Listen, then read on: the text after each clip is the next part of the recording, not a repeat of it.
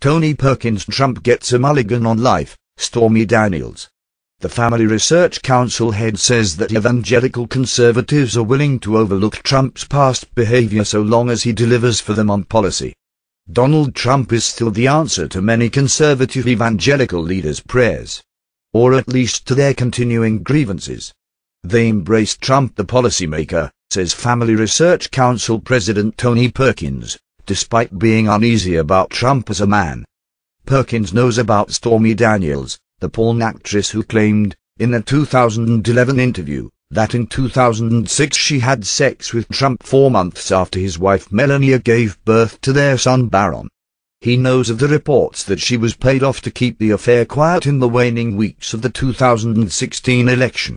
He knows about the cursing, the lewdness and the litany of questionable behavior over the past year of Trump's life, or the 70 that came before it.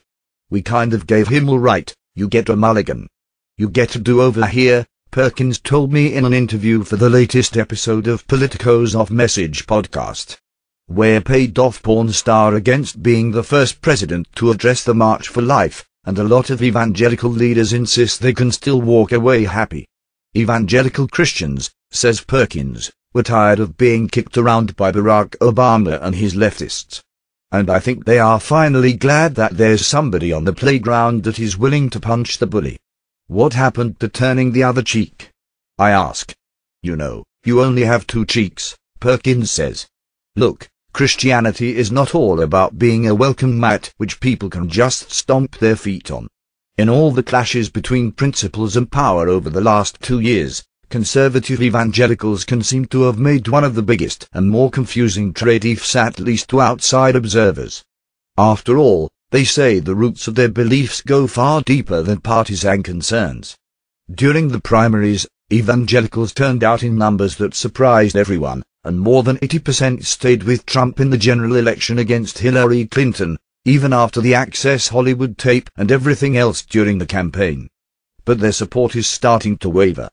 According to a Pew poll out in December, Trump's support has dropped sharply among white evangelical Protestants, from 78% in February to 61% in December, as his approval rating among the overall electorate has settled in the mid-30s.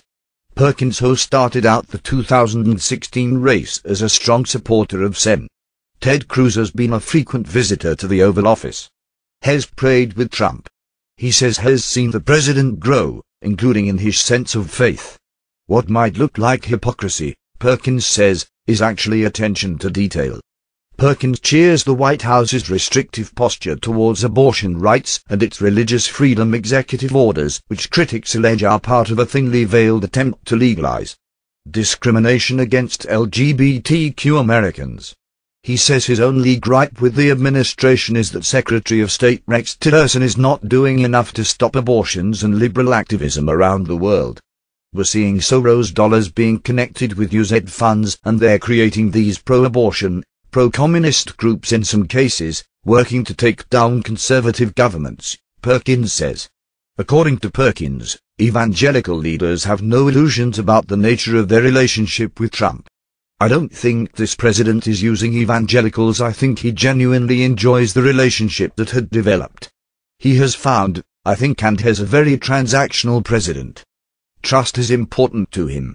Loyalty is important to him, and I think in this transaction, he realizes, hey, these are people I can count on, because they don't blow with the political winds, he says. It's a developing relationship, but he'll have to say this from a policy standpoint. He has delivered more than any other president in my lifetime. Later, Perkins adds, I think the president is providing the leadership we need at this time, in our country and in our culture. As a moral leader? I ask. As a leader, Perkins replies. Perkins isn't the only one pushing this rationalization. Our country's got a sin problem, the Rev. Franklin Graham told MSNBC host Alex Witt in an interview this past Saturday. Graham, the son of Rev. Billy Graham and current president of his evangelistic association, said he saw no reason to believe the allegations about Trump and Stormy Daniels, nor the reports that the president called certain countries shitholes, despite the fact Trump reportedly bragged about saying it in private phone calls. Graham deflected questions about whether he was holding Trump to a different personal standard than he might for a politician he disagreed with more. "We certainly don't hold him up as the pastor of this country, and has not," Graham told the network. "But I appreciate the fact that the president does have a concern for Christian values. He does have a concern to protect Christians, whether it's here at home or around the world, and I appreciate the fact that he protects religious liberty and freedom.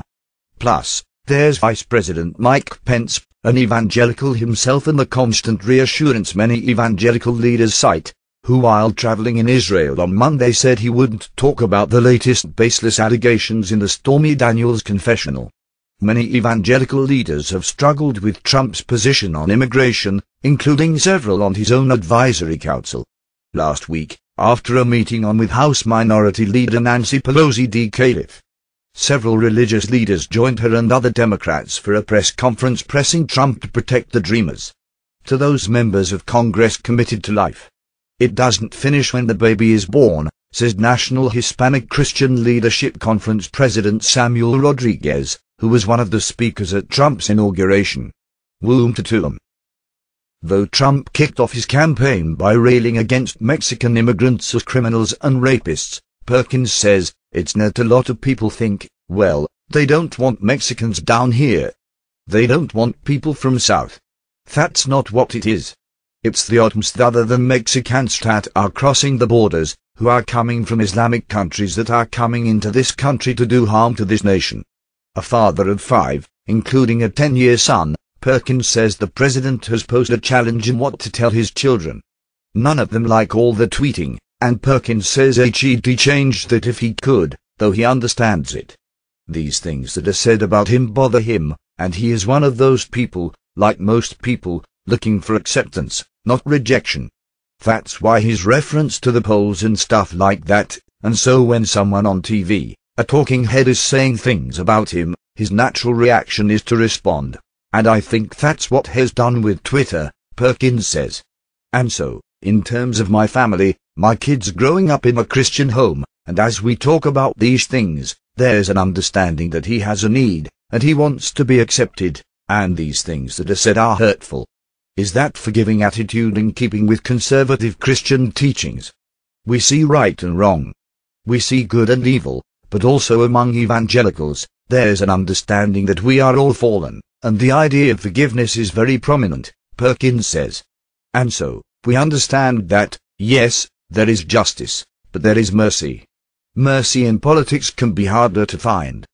Perkins recalls the day in July 2015, at a religious forum in Iowa, when Trump snapped back at John McCain's criticism by saying he didn't consider the Arizona senator and former POW a war hero. Perkins, who was waiting to go on stage following Trump, figured that those remarks alone would end Trump's candidacy.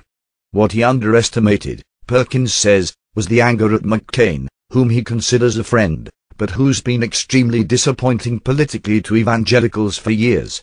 The evangelical reaction, according to Perkins, was, "Look, I agree with Trump. I can't stand John McCain." I think that's what people were connecting with. He acknowledged that doesn't seem very Christian, but again, I think this president, in his authenticity, is what has connected with people. As long as Trump doesn't disappoint evangelicals politically, Perkins predicts, they'll stick with him. Whenever the policy stops, and his administration reverts to just personality, he adds, that's where I believe the president will be in trouble. Thank you for watching. For the follow-up, subscribe to the channel yourself here.